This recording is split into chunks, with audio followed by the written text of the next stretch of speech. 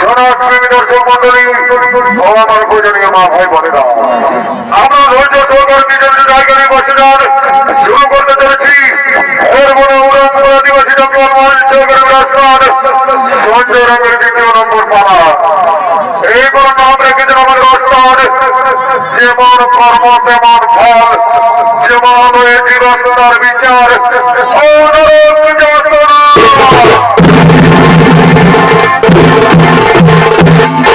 মাননীয় সুধী সনাতনী দর্শক মন্ডলী, এই পুরাণের কথা বোঝাবো নাই, তাই বলে চারি বেদে 1618 পুরাণ উচ্চারণ করিলে পাইবে বেদের সন্ধান।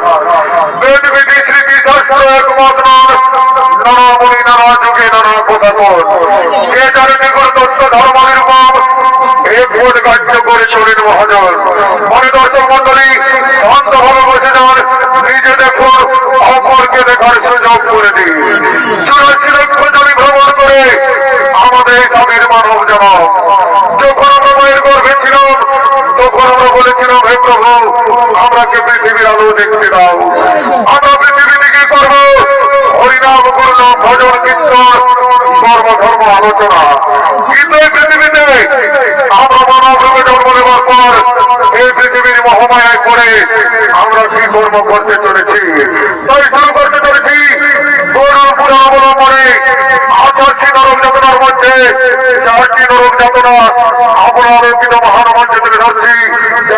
সঞ্জয় রঙের গেছিল ঈশ্বর চন্দ্রবত রচিত, সন্তোষ চন্দ্র ভাই রূপায়িত, গুরুপদ রঙ্গ রচিত, রাজীব কর্মকার পরিচালিত এর রংপুর আদিবাসী জঙ্গল মহল সরকারের কর্তৃক পরিবেশিত এক ধর্মমূলক পৌরাণিক মালা। যেমন কর্ম তেমন ফল, যেমন জীবন তার বিচার ও নরক যাতনা। এইদিকে জমান ওই যমরাজ ও তার দূতগণ আগমন করতে চলেছে।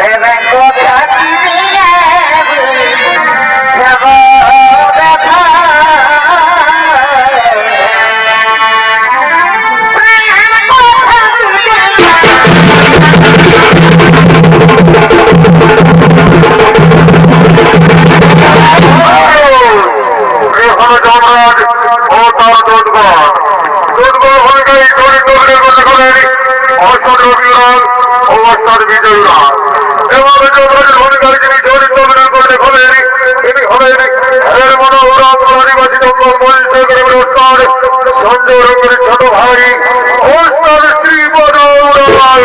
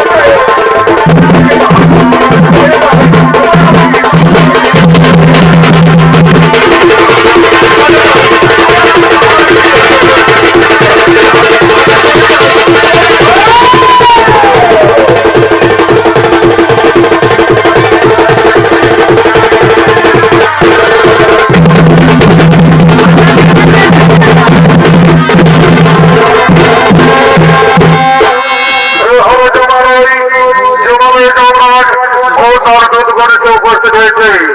এরপর জমে চিত্রগুপ্ত আগমন করছে।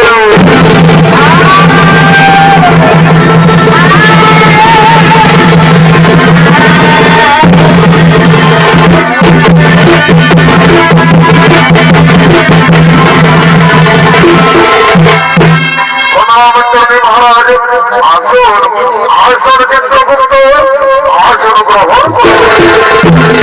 আর বলেন চিত্রগুপ্ত, অনেক নির্গত হল এই জবাবে জীবাত্মা মহারাজ করছে ধার্মিক মানুষ, সকলে করছে করুণাম হরিনাম ভজন কীর্তন, করছে ধর্ম আলোচনা, তাই এই জবাবে জীবাত্মা আসছে না মহারাজ। তা তো আমি জানি না চিত্রগুপ্ত। ওরে ওরে দুর্বার, যাও যাও, তোমরা দিকে দিকে গ্রামে গঞ্জে শহরে নগরে বন্দরে ছড়িয়ে পড়ো, দেখা দেখো এই জবাবে জীবাত্মা। ঠিক আছে মহারাজ, আপনারা দেখছিল ধার্য, আমরা এক্ষুনি গ্রামে গঞ্জে শহরে নগরে বন্দরে ছড়িয়ে পড়ছি। সেখান থেকে এই জবাবে জীবাত্মা নিয়ে আসে।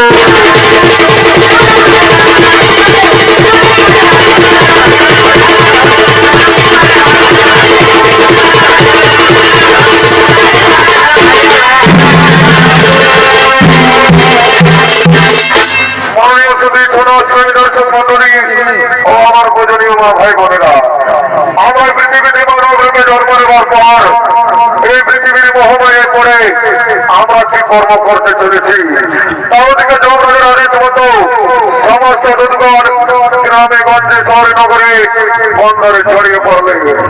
আর এদিকে ভাবের কিছু মানব ভবলীলা করার জন্য আগমন করছে।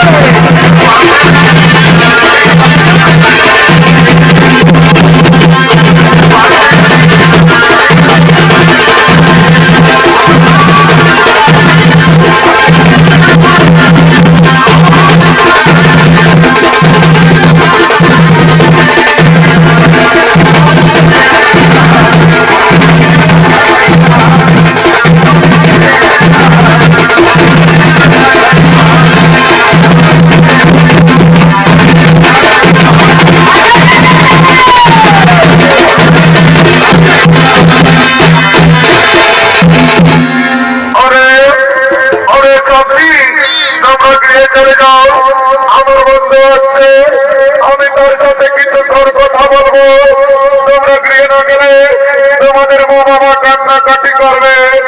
ঠিক আছে সাথী, তাহলে আমরা গৃহে চলে যাচ্ছি সাথী, তাহলে আমরা গৃহে চলে যাচ্ছি।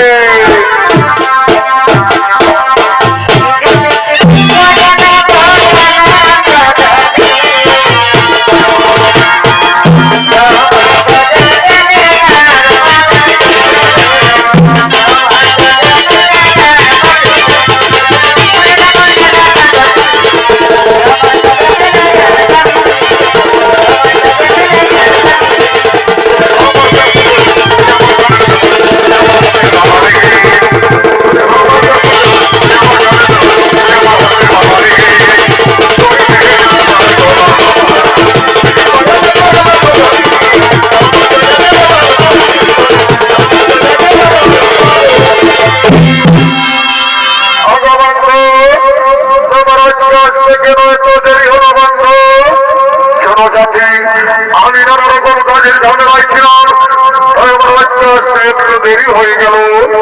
ভগবান, আমার মনে হয় কি জানো, আমার মনে হয় তুমি আমাকে ভুলে গেছো।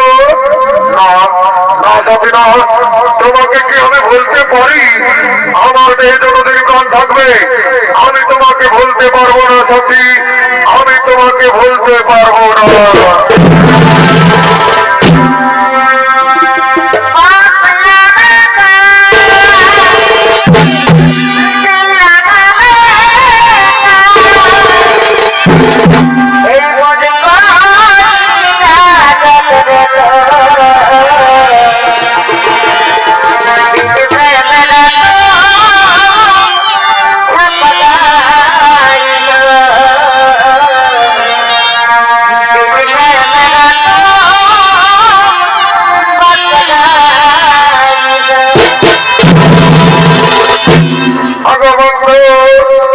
তুমি আমাকে দিন প্রতিদিন এমনি ভাবে ভালোবেসে যাবে তো, কোনোদিন ভুলে যাবে না তো বন্ধু?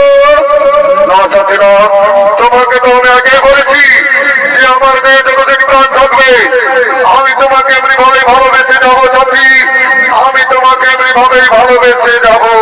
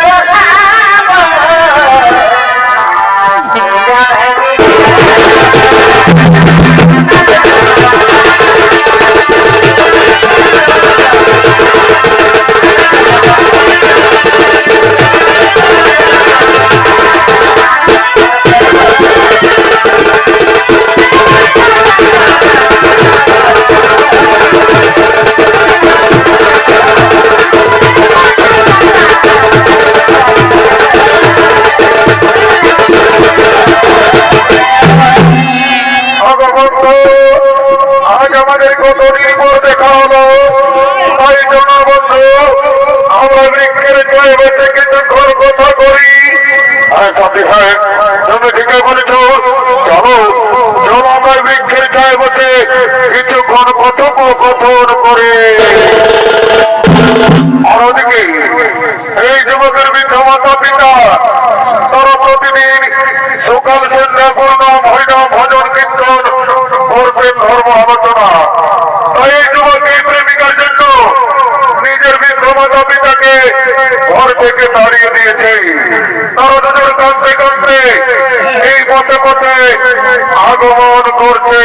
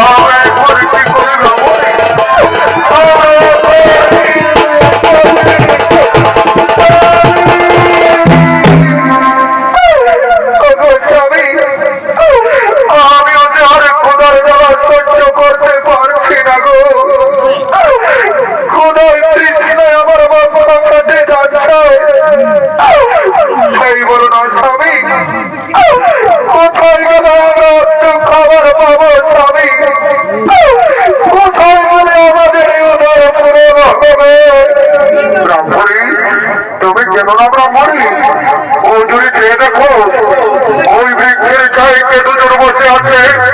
শোনো না ব্রাহ্মণী আমরা তারাকে গিয়ে জিজ্ঞেস করবো আমরা ওই দূরে কোনো গ্রাম পাই কিনা। তাই চলো স্বামী আমরা তারাকে গিয়ে জিজ্ঞেস করবো। চলো বলছি গো কে তোমরা বৃক্ষের ছায় দুজন বসে আছো। আমরা কেটে তোমরা কেন বৃক্ষের আড়ালে যাচ্ছ। আমরা কি তথ্য বলি দাও না গো। আমাদের একমাত্র ছিল আমাদের এই ঘর থেকে তাড়িয়ে দিয়েছে। আজ কতদিন ধরে আমরা কিছুই খেতে পাইনি। খোদাই তৃষ্ণায় আমাদের প্রাণ যাই।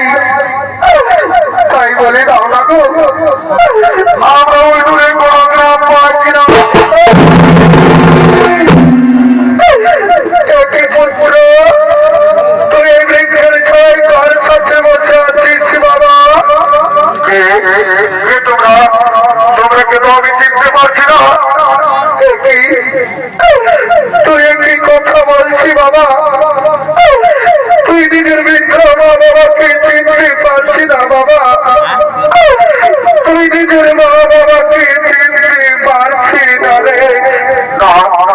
তোমরা পারছি না, তোমরা আমাদের কাছে বাধা দিও না, তোমরা এখান থেকে চলে যাও।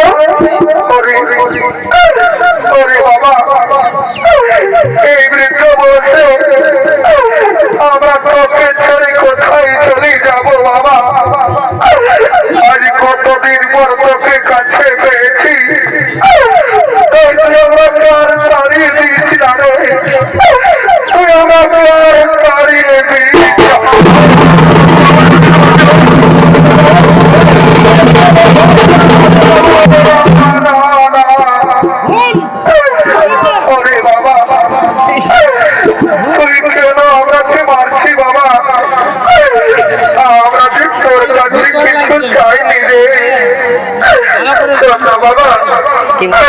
আমরা কি করে দিয়েছি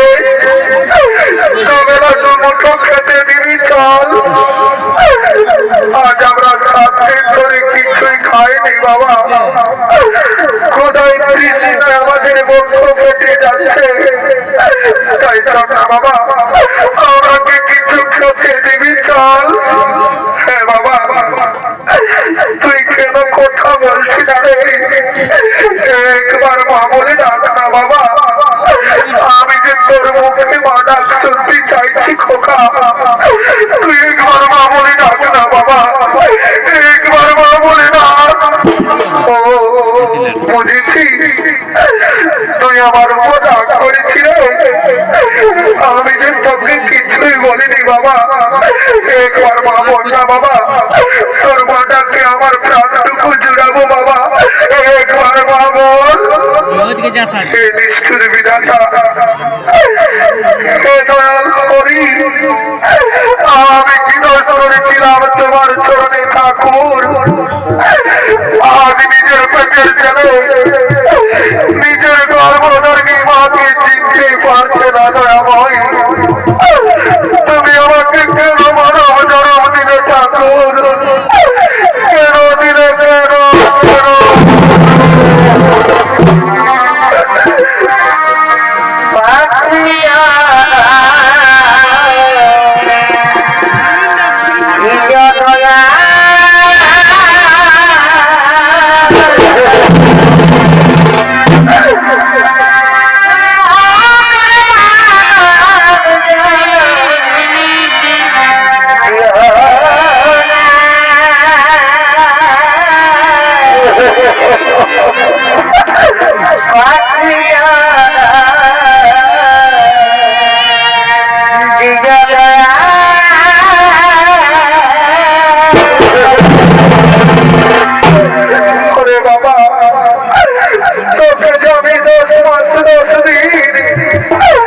নিজের গর্বে ধারণ করে মানুষ করেছি বাবা, নিজের মুখে রক্তদান করিয়ে বড় করেছিল, আর তুই আজ নিজের গর্ভধারী মাকে চিনতে পারলি না বাবা, তুই নিজের বিশ্ব মা বাবাকে চিনতে পারলি না রে বাবা। ছিলাম আমার মহামনেরা, তোমরা দেখছো আমার ছেলেকে গো অন্যের স্ত্রীর সাথে নিজের বৃদ্ধ মা বাবাকে চিনতে পারছে না গো, নিজের মা বাবাকে চিনতে পারছে না। ব্রাহ্মণী, তুমি কেমন ব্রাহ্মণী? এ ওদের দোষ নই ব্রাহ্মণী, এ তোমাদের কপালে লেখা ছিল, এরা তাই পৃথিবীর মোহমায়ায় পড়ে আছে। ব্রাহ্মণী, তুমি আর কেন না, তুমি মনের জন্ম চেপেল, এবার পুরাতন সন্তানদেরকে আমাদের মৃত্যু ওরে বলো। তাই চলো ব্রাহ্মণী, আমরা গ্রামে গ্রামে বিক্রি করে খাবো, তবে পুরাতন সন্তানের মুখ দর্শন করবো না। তাই চলো ব্রাহ্মণী, তুমি একটু শক্ত হও, আমাদের চোখ যেদিকে যাই আমরা সেদিকে চলে যাবো ব্রাহ্মণী, আমরা সেদিকে চলে যাবো।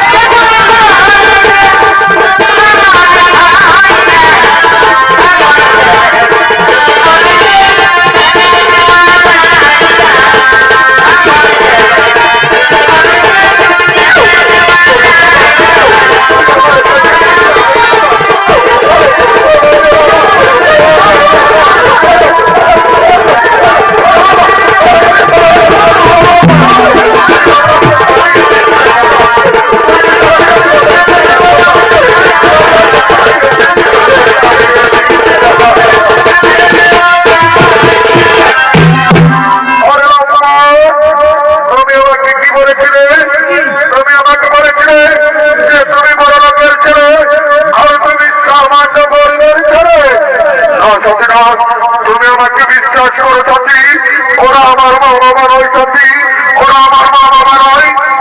ওরে বাবা তোর জন্য আমি নিজের স্বামী সন্তানকে ছেড়ে তোর সাথে পালিয়ে এসেছি, আর তুই আজ আমাকে ধোকা দিলি, আমি তোকে ছেড়ে চলে যাচ্ছি। তুই ভয় কল্পনা কর, তুই সুখে বল, আমি চলে যাচ্ছি।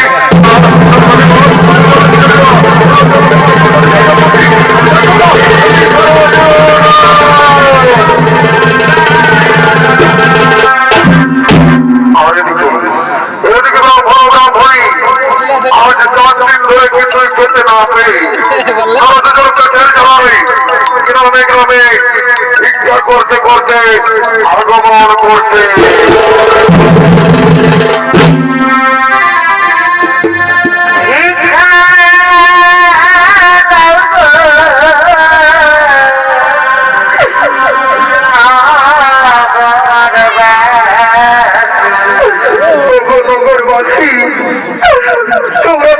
আমাদের একমাত্র ছেলে আমাদের ঘর থেকে পদা কাজ করে তাড়িয়ে দিল, আমরা কয়েকদিন ধরে কিছুই খেতে পাইনি গো।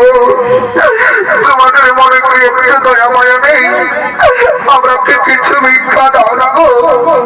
ভগবান তোমাদের পরিবারকে সুখী রাখবে, আমাদের কিছু ভিক্ষা দাও।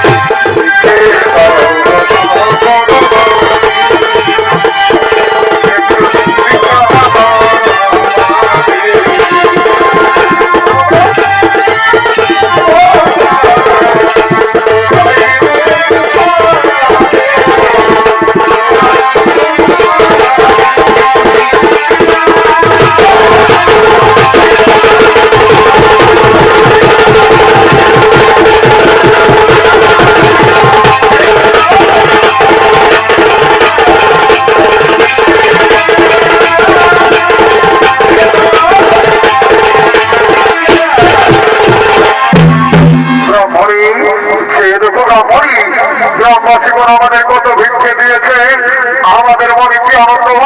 এসো এসো রামরি, আমরা এই বৃক্ষের ছয়ে বসে খাবার খাবো। এসো স্বামী, আমাকে খুব পিপাসা পেয়েছে স্বামী, একটু জল দাও না গো, আমি একটু জল পান করবো। একটু দাও রামরি, এক্ষুনি আমি তোমাকে জল দিচ্ছি, একটু দাও। গ্রামবাসীগণ, কারো কাছে জল আছে? একটু জল দাও না, আমার রামরিকে খুব বিপদ পেয়েছে, একটু জল দাও।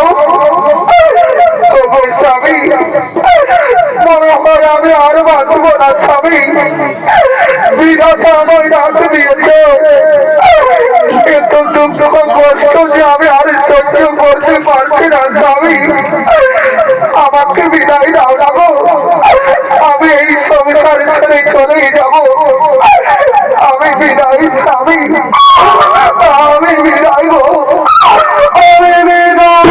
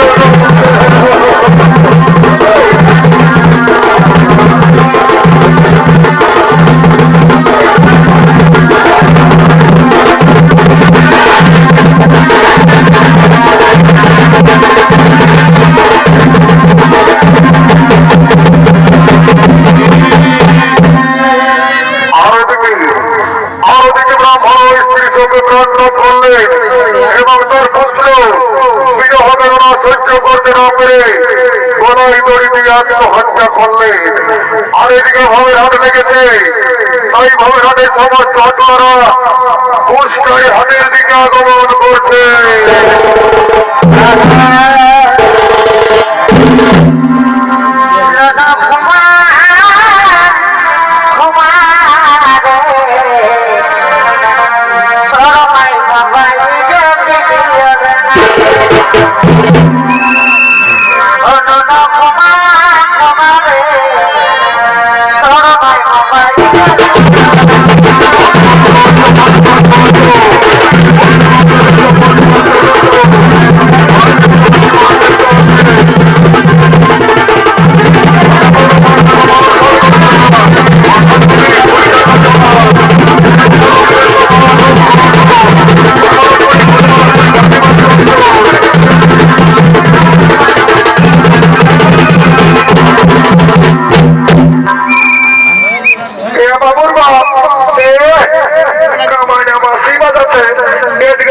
যাই আমার কোষ্ঠের হাতে খাসি কাটিয়েছে আমার কাছে খাসি মাংস কিনে দিতে হবে।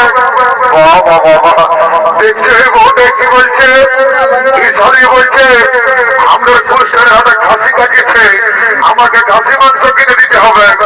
জানো এখানে কি করেছে ওরা দুটো মস্ত বড় হাত ছিল আমি কাম করতে চাইছিলি ঈশ্বরে গায়ে কাটি মারি দিয়েছে আমাকে তো দেই নাই আমার বুড়া বুড়ি মায় বাপকিরা কৌটুম্ব নাই নেই বাবুর বাপ এত লোকের কাছে মিথ্যা কথা বোঝো না দিয়েছিলি হারার গিলে জানিও না সকালে গাড়ি বাখার করেছে বাবা বাবা বুড়া বুড়ি গিলাকে হার গিলা দিলে তোকে গাড়ি বাখার করবে তাহলে কি তোকে চমক হবে নাকি অত সব জানি নাই কিনে দিবে ওই বলো ঘরে তোমার কেমন খাবো বাবা বাবা দেখছে বহুটার কেমন হয় যেমন লক্ষ্মীকান্ত খারাপ সেরকম বহুটার রাত অথচ জানি কত কিলো বাবুরে বাবু খাসি মাংস কত কিলো 800 টাকা।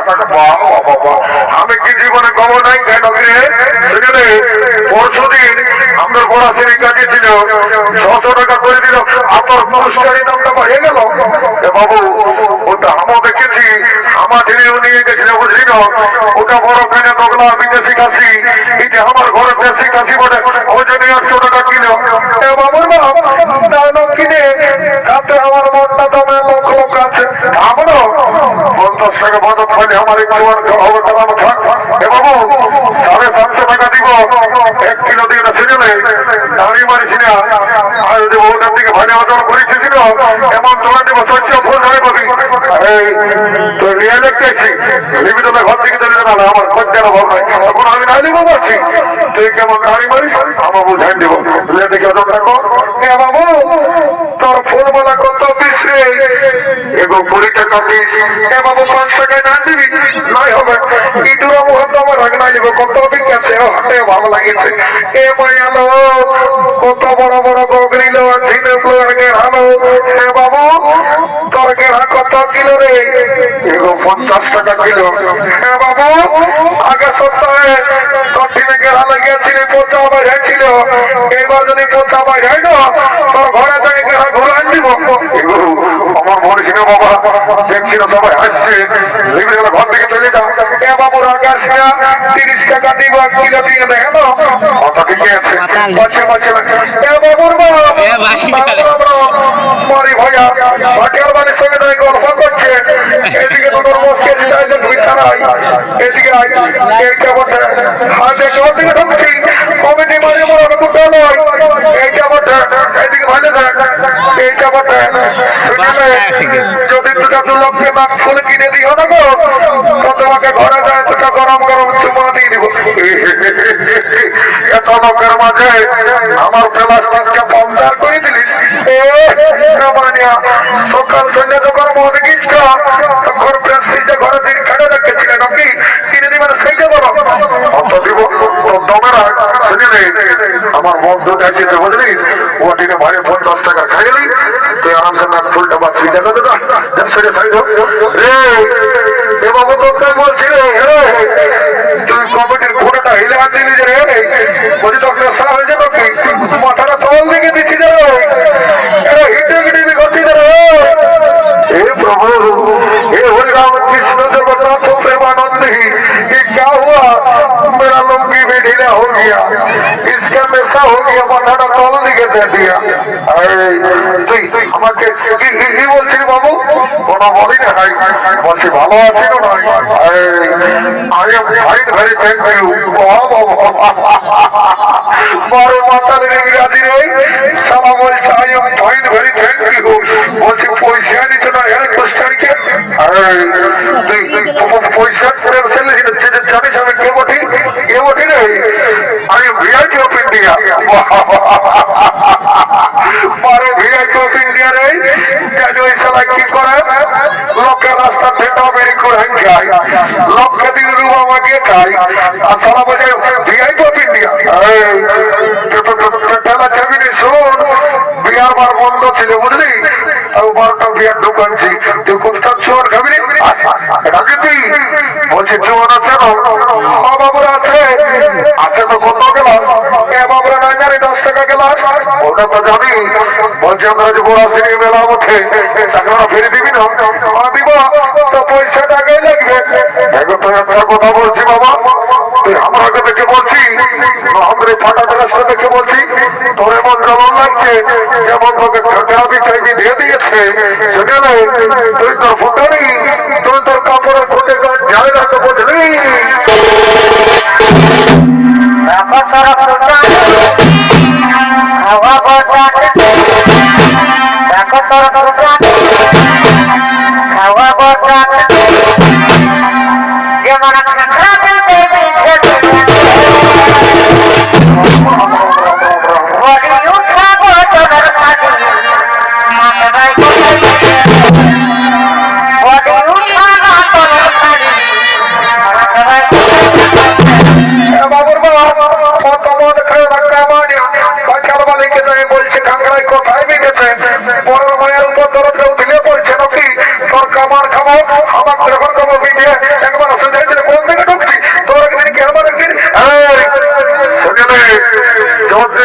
দুর্গা তদ্দিন মদার মুর্গা সর্বমর্ত পাতাল আমি দিকে ভালো দেখ বড় সিনিয়াতে আমার মতন কত জোয়ার মাতাল বেশি দেরি কিনে খাবি না তাহলে এমন তোমার যেমন আর ঘন্ট ঢিলে দিব ভালো দিকে বলছি কামাইয়া খাস না এই জন্য বলে যে ভাটিয়ালের মায়া হাসছে আর মাতালের মায়া কাঁদছে বাহ বাবা বাহ পুরীর পিড়ে বসে বসে ভাষাটা শিখেছি নাকি শরীর আমার তো করে ঘর তোর মাকান দিব বুঝলি কাপটা থেকে এগুলো জলদি যে বাবা বহুতের আগে আছে বাবু তোর হয়তো লিয়ে গেছে বলছি এগুলো ইটে মাছটার জল ঢুকাছি নাকি কেমন কথা আছে না বাবু ইটে আমার বিসিলেরি ওয়াটার মেশা আছে ওরে মাধব সিনা বড় গাছ হবো এটা যারা জোয়ার খাও আজ তো শুনেছ যে সেই মানুষ সঙ্গে বিসিলেরি ওয়াটার ঢুকাই এই কথার জল ঢুকাইছে মারি কেমন বসাচ্ছে তো যাই হোক আমার তো মন্ত্রটাকে পবিত্র করে খাতে হবে জলদি না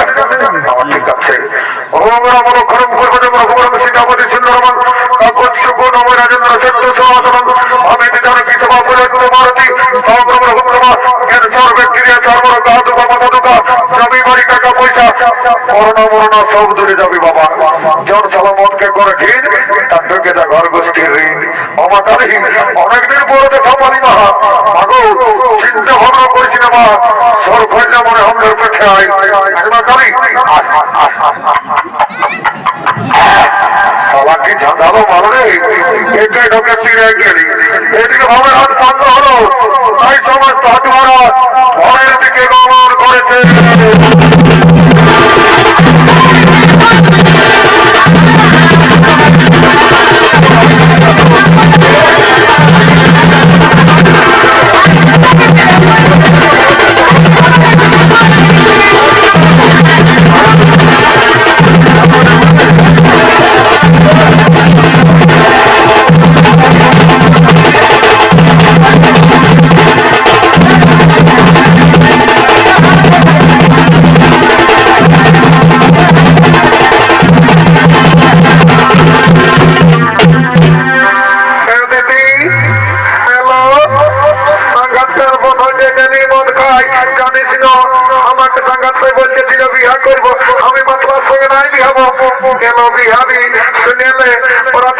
চাকরি করে হ্যাঁ দিদি কি চাকরি করে কেন শুনিলে করব নৈরান লেট্রিক সাথে চাকরি করে মায়া এত বড় চাকরি করে হ্যাঁ দিদি খাসি মাংস কিনে দিল ফুল কিনে দিল একটা গান বানালো নাচে নাচে ঘর দিকে যাবো বললো ঠিকই বলছিস শোন তবে বলছিস শোন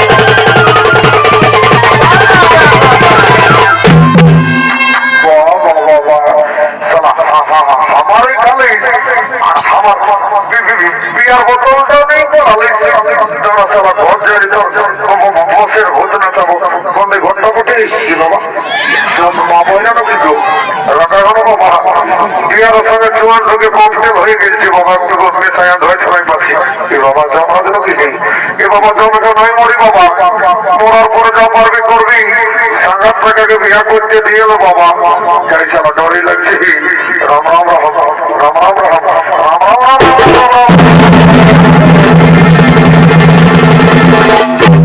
মাননীয় সুদী সমাজপ্রেমী দর্শক মন্ডলী ও আমার পূজনীয় মা ভাই বোনেরা একদিন নয় একদিন এই পৃথিবীর সকল জীবের মৃত্যু হয় আর মৃত্যুর পর জীবের জীবনের অধিকার হয় একমাত্র যমরাজের তাই যমরাজ ও চিত্রগুপ্ত জীবের মৃত্যুর পর পাপ পুণ্যের বিচার করে শাস্তি দেওয়ার জন্য যমালয়ের দিকে আগমন করছে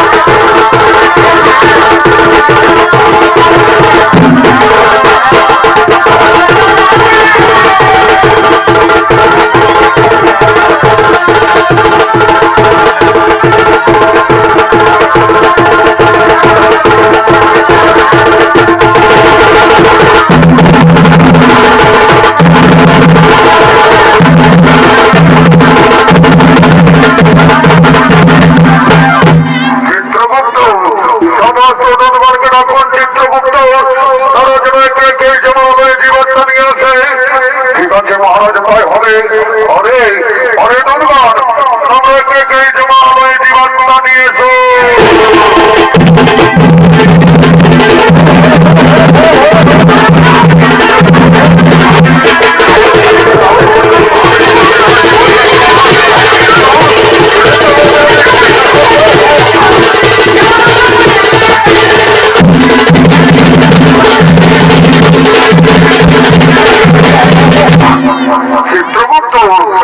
আপনি আপনার খাতা মেরে দেখুন চিত্রগুপ্ত এই ব্যক্তি বর্তমানে কি পাপ করেছিল মহারাজ এই ব্যক্তি দিন প্রতিদিন নিরহ পশু পাখিদের হত্যা করে বাজারে বিক্রি করে দাঁড়ি মারে আর নিজেদের জীবিকা নির্বাহ করে মহারাজ তাই বলুন মহারাজ কি শাস্তি দেওয়া হবে ওরে ওরে দুর্গণ এই ব্যক্তিকে উলঙ্গ করে উল্টো দিক দিয়ে পরাত দিয়ে আঘাত করা হয়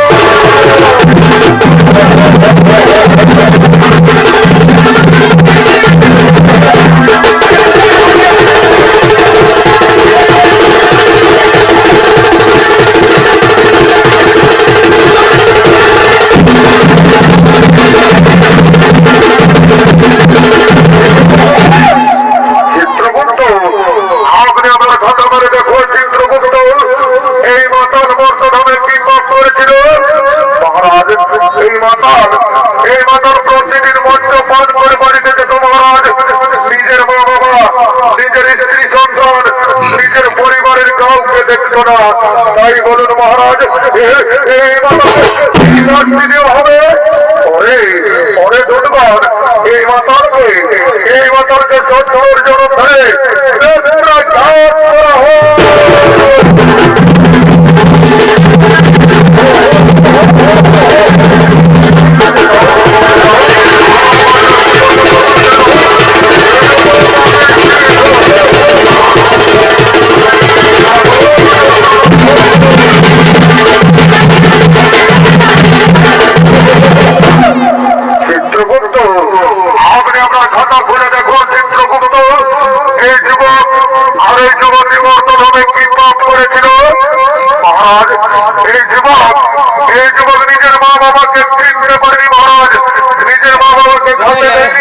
নিজের মা বাবাকে ঘর থেকে ঘাস করে তাড়িয়ে দিয়েছিল আর নিজে নিজে বিরহ বেদনায় গলায় ফাঁসি দিয়ে আত্মহত্যা করে মহাপাপ করেছিল। আর এই যুবতী কি পাপ করেছিল চিত্রগুপ্ত মহারাজ? এই যুবতী নিজের স্বামী সন্তানকে ছেড়ে পরপুরুষের সঙ্গে করেছিল প্রেমালিঙ্গ মহারাজ। আর নিজের শ্বশুর শাশুড়ি তাকেও খাতে দেয়নি। তাই বলুন মহারাজ, এরা দুজনকে কি শাস্তি দেওয়া হবে?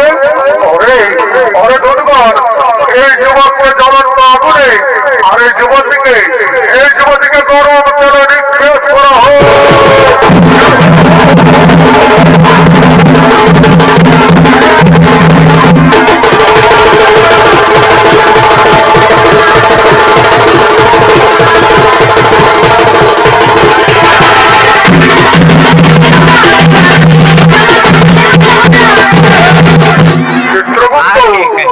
আপনি আপনার খাতা খুলে দেখুন চিত্রগুপ্ত, এই ব্রাহ্মণ আর এই ব্রাহ্মণী মর্তধামে কি পাপ করেছিল মহারাজ?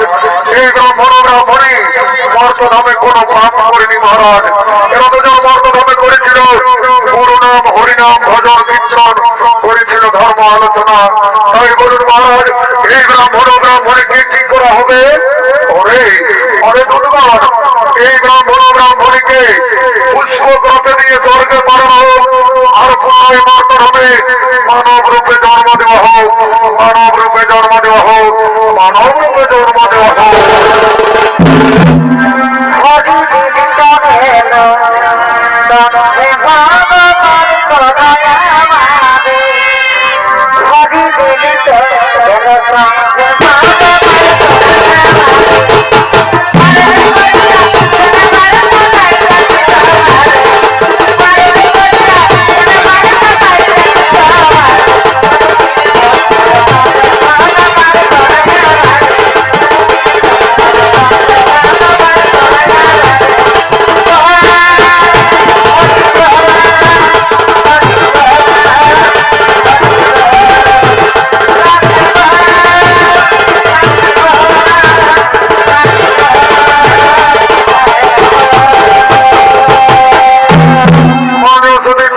দর্শক মন্ডলী,